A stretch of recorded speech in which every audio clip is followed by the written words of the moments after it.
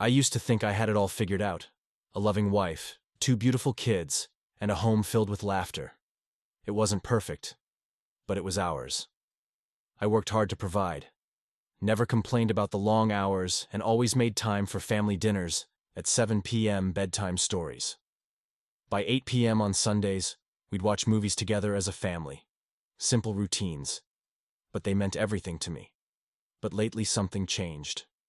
My wife, the woman I'd loved for a decade, started pulling away.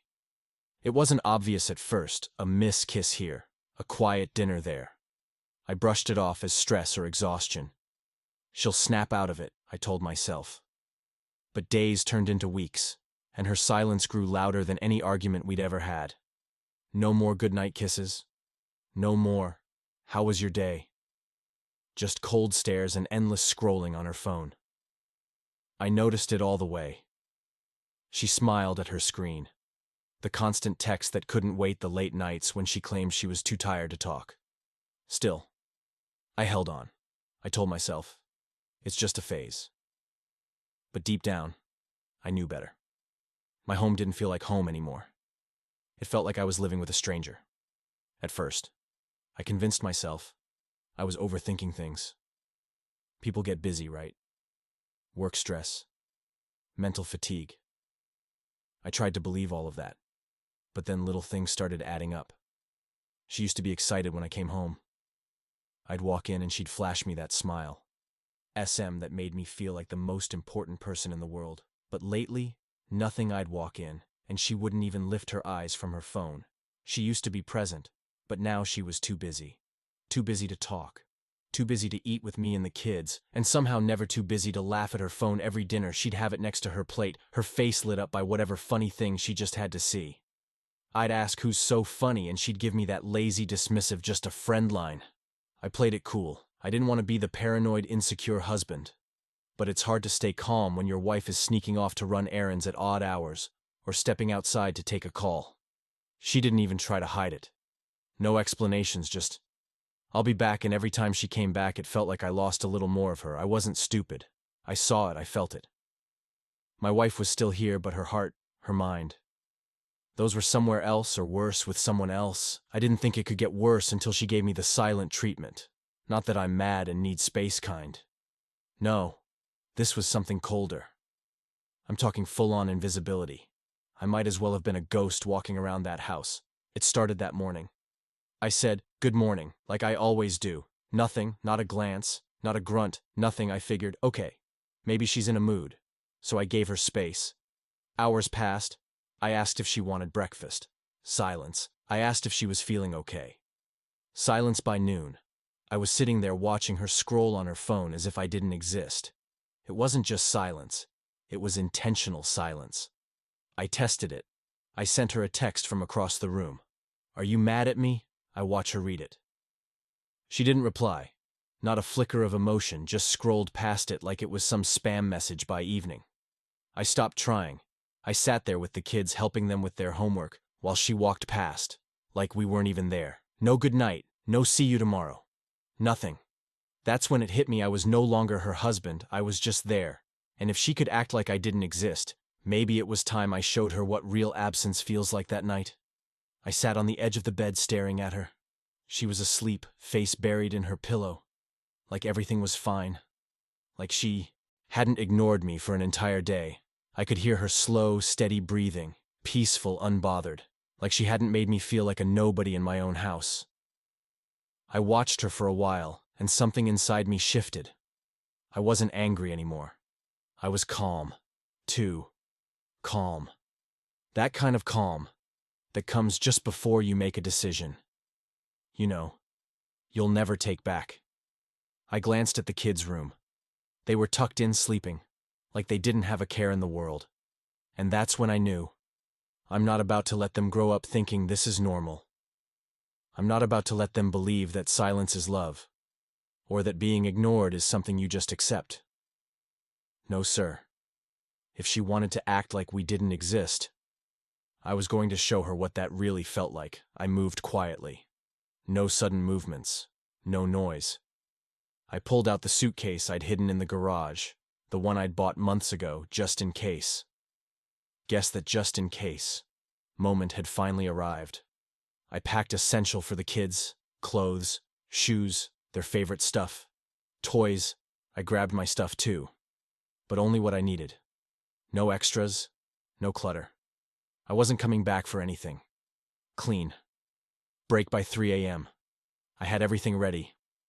I didn't leave a note. Notes are for people who deserve explanations. I just took one last look at her, still sleeping like she owned the world, and I walked out, locked the door behind me. That sound of the lock clicking, it felt final.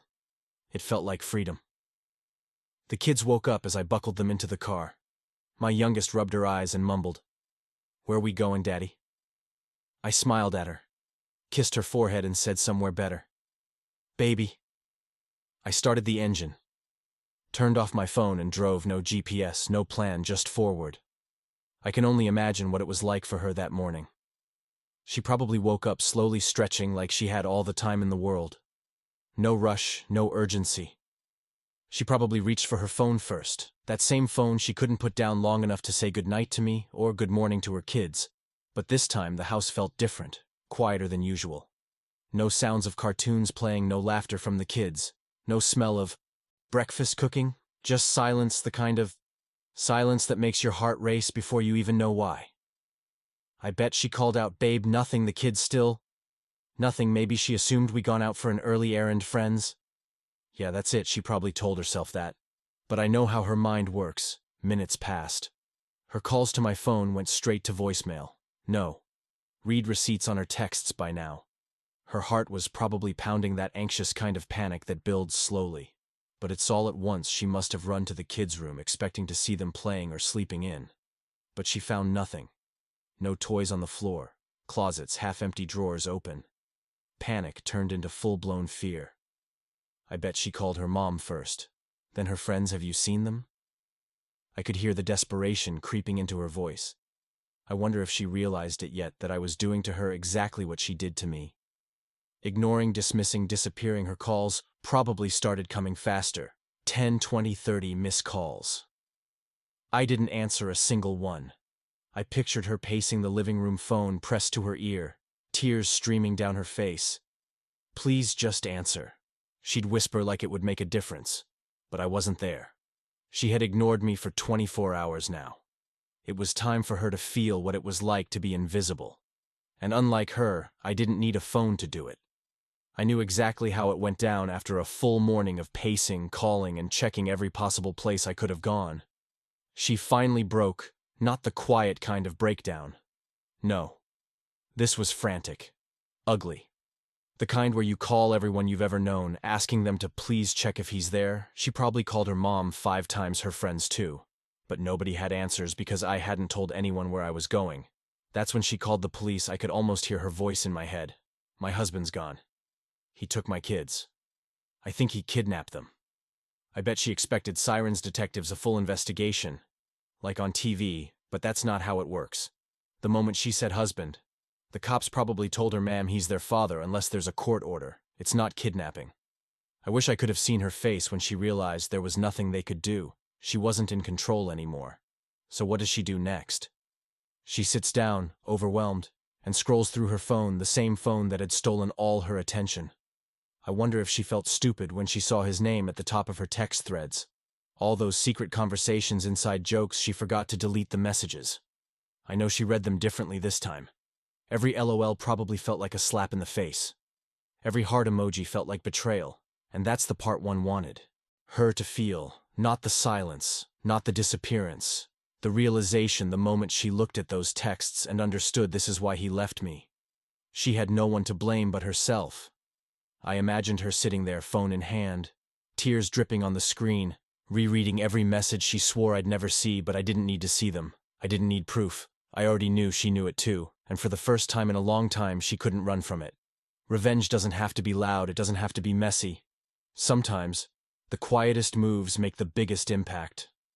That's what I realized as I sat in that small rental house with my kids watching cartoons.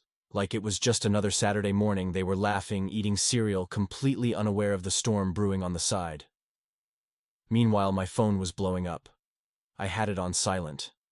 but I still checked 43. Missed calls, 27 text messages. The first few were normal. Where are you? Then came the guilt trips. How could you do this to me? My personal favorite, you're hurting the kids. Oh, now she cares about the kids. Interesting. I didn't reply by mid-afternoon. The messages shifted. Apologies.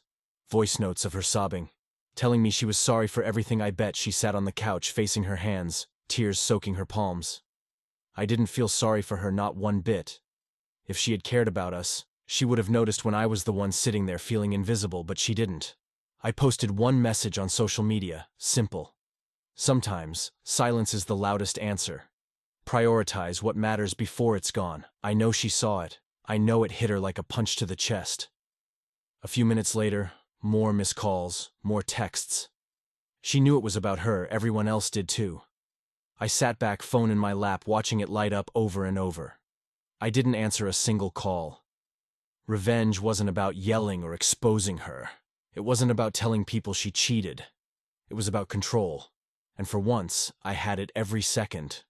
Of silence was another crack in her pride. I knew it. And she knew it. And that felt better than any argument I could have one. I knew it was only a matter of time before she found me. People like her don't quit until they feel like they're back in control. It took her about a week, 7 whole days of her calling, crying, and probably losing sleep. I could almost hear her heart racing with every missed call she sent. But I never picked up, not once. I wanted her to feel it, every second of it. When she finally showed up at my sister's house, I was ready. I opened the door, and there she was, eyes swollen, hair a mess, like she'd been running on nothing but regret. She tried to walk past me like she still had that kind of power. I didn't move. She froze. "Where are my kids?" she said, her voice cracking, like she was one breath away from breaking down. "Safe," I replied, folding my arms. Something you wouldn't understand that hit her. I saw it in her eyes. Tears welled up instantly, but I didn't budge. She tried to play innocent. "I just want to fix this. I love you. I love our family." She reached for my hand, but I stepped back. "Love." I laughed, but it wasn't a happy laugh. It was the kind that makes people uncomfortable. "You ignored me for 24 hours, acted like I didn't exist." No love in that. Her tears flowed freely. Now I was stressed. I made mistakes. "Okay?" she stammered. I tilted my head, looking at her like she was a puzzle. I'd already solved mistakes, huh? Were they mistakes when you were texting him, smiling at your phone while your family sat right in front of you? Her face dropped like I'd snatched the ground from under her. "Well," she stammered, her voice once, so full of pride, was gone. "You think I didn't know?" I leaned in close enough for her to feel the weight of every word I knew I've known for weeks. "But I let you keep digging that hole." She shook her head like she could erase it all with denial. "It wasn't like that. I swear it wasn't." I cut her off. "Don't lie to me." "Not now.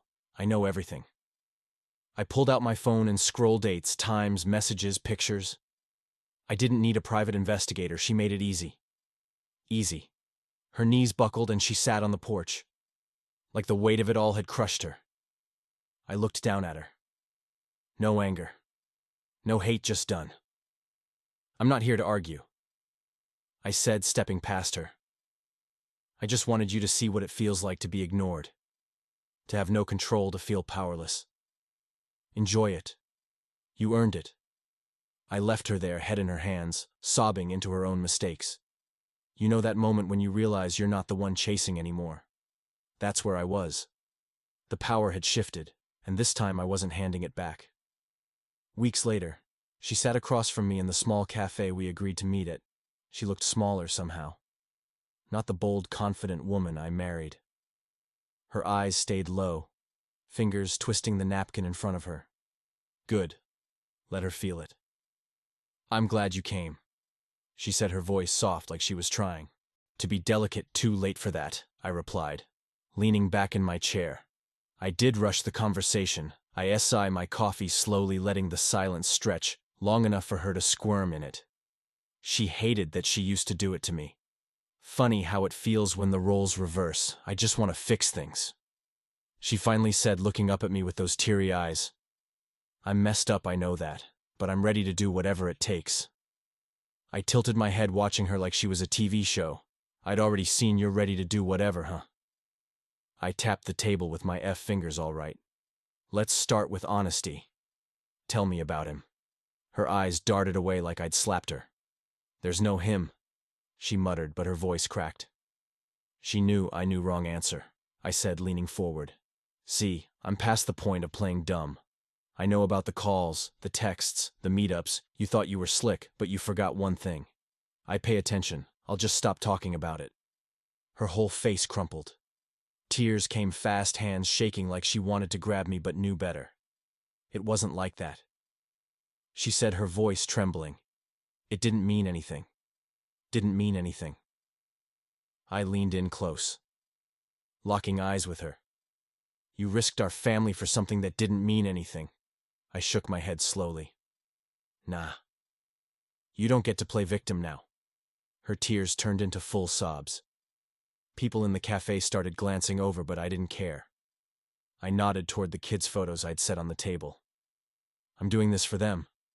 I said, "You want this family back? Prove it." Her head shot up. "I will. I'll do whatever it takes." I stood up, tossing a few bills on the table. "We'll see," I said, turning toward the door. "But this time I'm not the one chasing you." I left her there, sitting in her guilt with the weight of every lie she told pressing down on her. That's what real power feels like.